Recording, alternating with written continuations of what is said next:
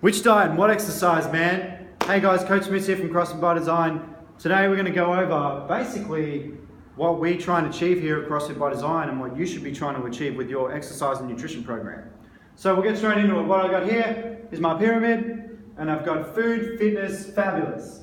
So food, fitness, blue happy face. So that's what you want to be. You want to be a blue smiley face. Alright, so in my food, I'm basically just talking about nutrition, overall nutrition. In my fitness, I'm talking about what we attempt to do in here with your fitness to get you to blue smiley face guy. Alright, so your nutrition should have an energy balance and nutrient density. So energy balance is the relationship between energy in and energy out. So a negative energy balance, most people I think understand that to be I eat less food and I work out more and I'll lose weight. Okay, so a study that examined military recruits found that severe negative energy balance led to massive metabolic decline, an inability to concentrate, reduced thyroid hormone production, testosterone levels, physical performance, they all plummeted.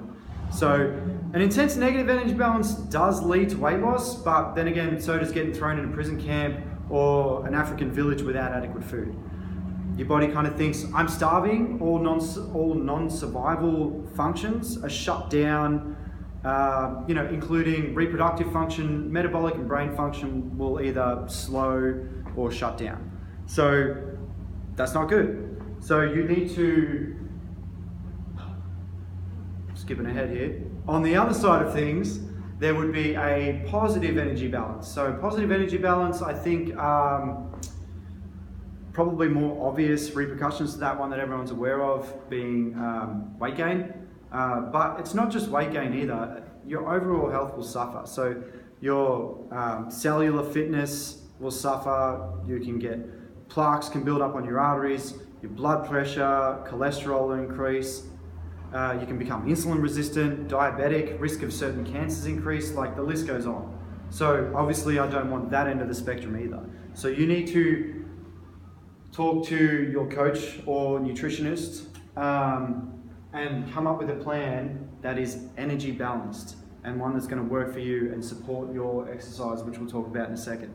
Okay, so the other thing, which if it is well energy balanced, it will be nutrient dense.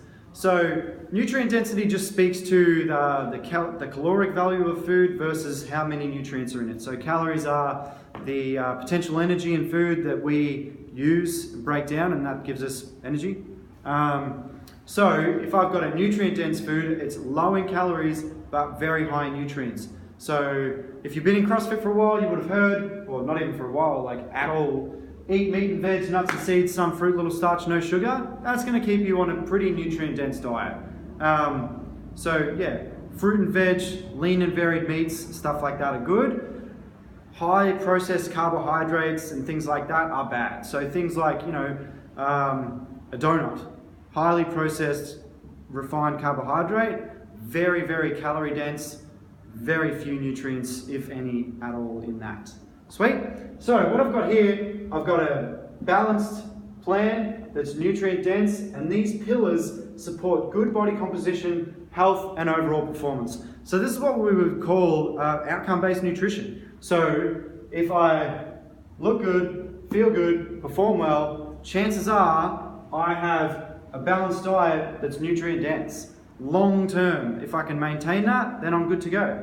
You might need to make some tweaks along the way, but overall, if you imagine these to be little pillars, these pillars hold up what is going to be my fitness.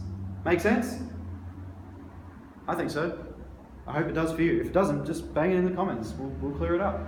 Alright, so fitness. What we're trying to achieve here at CrossFit by Design is balanced capacity across the 10 general physical skills. So you've got cardiovascular and respiratory endurance, which is basically cardio. Most people kind of know that.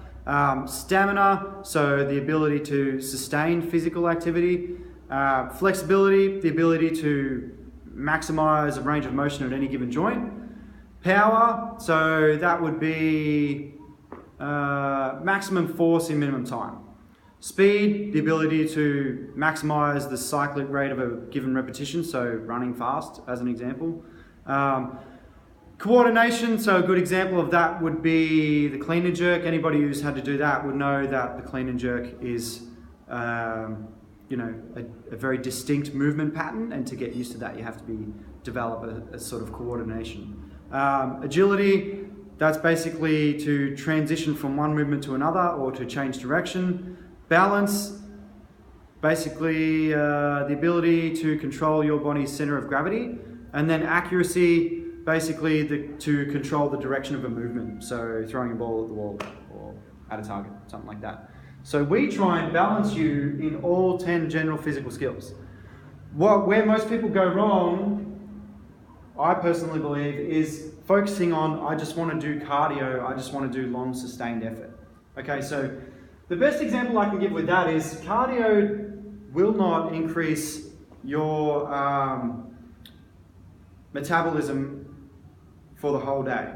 It will, however, increase it, and you will burn more calories during a sort of traditional cardio session. So say for example, all I want to do is just go on long distance run and maybe do a few things in between, but overall I enjoy more the hour-long sessions. If you enjoy it, that's great, keep it in your program, but understand it needs to be balanced, because in that session, if I can work for an hour, then that's great, but I'm only going to hit a certain energy system which allows me to burn calories inside and only inside that session. Outside of that, once I'm done with that session, I will no longer burn calories at a higher rate. However, if I choose to add things in like speed work or some higher intensity work, then what that's going to do is, if you imagine that to be a 2 to 5 minute effort, and I just go all out, balls to the wall on that thing, and then at the end of it, I'm just on the ground, I'm done, like I'm cooked. Okay, that didn't burn as many calories in that time period, but what it's going to do is step up your metabolism and continue to burn calories at a higher rate, or run your metabolism at a higher rate for the whole day. So that's just a quick example of why you don't want to do just one thing. So I also want to include strength, speed, power, all those kind of things, because not only do they hit different energy systems depending on how they're combined, but they also give me a balance across my fitness, which is what we are trying to achieve by doing CrossFit. All right, so if I am balanced in all of these, and you imagine there's pillars holding these ones up as well, then I am fit. If I am not balanced and I've only got one pillar over here, then I've kind of got a slant, if you can imagine, and then I've got a slanting smiley face, and that's not what I want, man. What I want is every one of these balanced, and a well-balanced CrossFit program will do that. Hold this bad boy up, and I'll blue smiley face all day, man. That makes sense? So, recap. Food, fitness, fabulous. Sweet. I hope that makes sense, guys. Thanks for watching.